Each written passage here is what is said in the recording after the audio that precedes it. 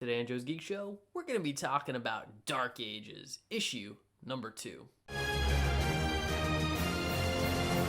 What's going on and welcome to Joe's Geek Show, the video series where we talk comics. And before we get started, if you're new and like the sports channel, you can do so by hitting that like button, clicking that subscribe button, and sharing.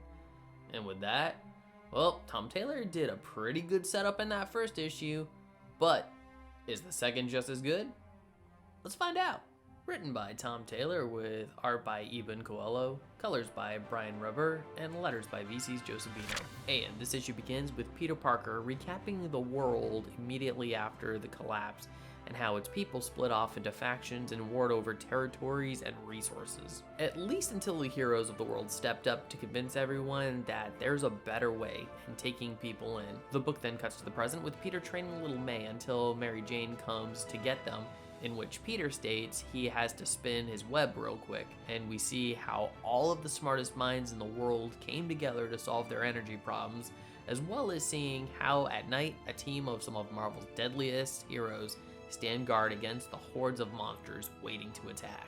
We then catch up with Tony Stark and Pepper when Steve Rogers takes out an oncoming vampire and begins talking to Tony about how people in Europe need their help, when it's revealed that Steve led Tony into an ambush with Apocalypse and Dracula. Tony throws a flashbang which takes out some of Dracula's vampires, but he is immediately struck unconscious by Steve, quickly revealed to be Mystique. Tony awakens in Europe with Apocalypse showing him around his compound, even running into Reed Richards, who was helping Apocalypse, and wanting Tony to join him, and even shows the electricity they've been able to achieve through the use of using Magneto.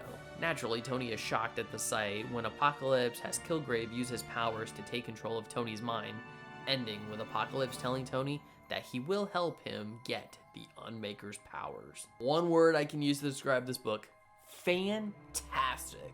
And there are a lot of things to praise about this book, but one of the biggest would be the world building. Through both visuals and Peter's dialogue, we get to see the world as it was during the initial collapse, with all of everybody just kind of fighting and warring for resources and territory, which caused the deaths of more characters like Hawkeye, Black Widow, Taskmaster. And we also got to see how they started to turn people around, where the heroes were stepping up to the plate and telling people, hey, there's a better way.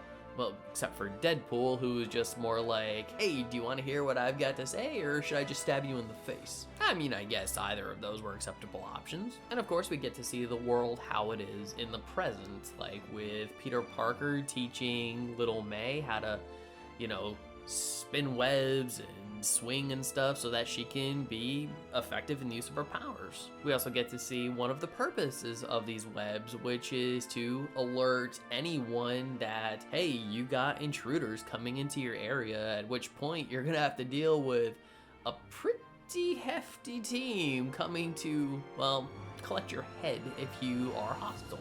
I'm actually hoping to see some decapitations in the next issue, to be honest. Oh yeah, and as part of this new world, Wakanda is now the capital of the world. I mean, it makes sense, it's one of the richest countries. They got all the tech you could dream of. As far as figuring out how to adjust to a new world without standard electricity, that would be the place to do it.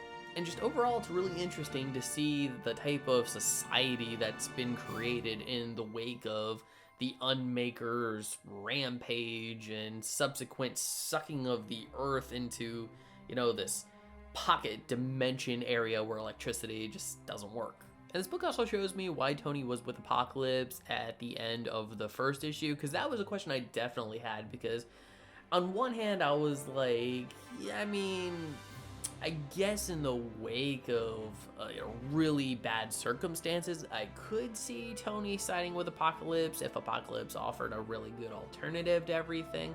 But at the same time, I'm just kind of like, okay, maybe there's a different explanation going on. And I think this book does present a good way with showing why Tony was with Apocalypse. He's under mind control from Kilgrave, aka the Purple Man. And after seeing Reed Richards on Apocalypse team, I do have to wonder, is he also under mind control, or is he there of his own volition? Because Reed Richards overall is still a good guy, but we have seen through other stories that under the right circumstances, he could go the other way. We saw it in the Ultimate Marvel Universe when he became the Maker, And even in the book, Marvel Zombies Dead Days, when he decided to infect his entire team with the zombie virus, all because he thought that was the best way to go. And we also now understand specifically what Apocalypse is after, and that is the powers of the Unmaker. He wants to try to wake that bad boy up and take it all for himself. And you know, it makes sense with Apocalypse's hubris and his continued rush for power. I can see him risking the entire world just for more of it. And the story, of course, will go one of two ways. Either he's successful and he gets the power, or it's just too much power for him, he fails, and, you know, boom, end of the world. Ooh, I got shivers just thinking about what's coming next. And once again, both the art and the colors are on point, creating a really good look to this world that just shows us the scope of just how life is now. And also, after seeing Magneto actually strapped up to that machine, I feel really bad for the guy. Overall, Dark Ages issue 1 was a really good book, and issue number 2 is another really solid book, and I would recommend it to anybody. And with that, I'm going to score Dark Ages issue number 2 a 9 out of 10.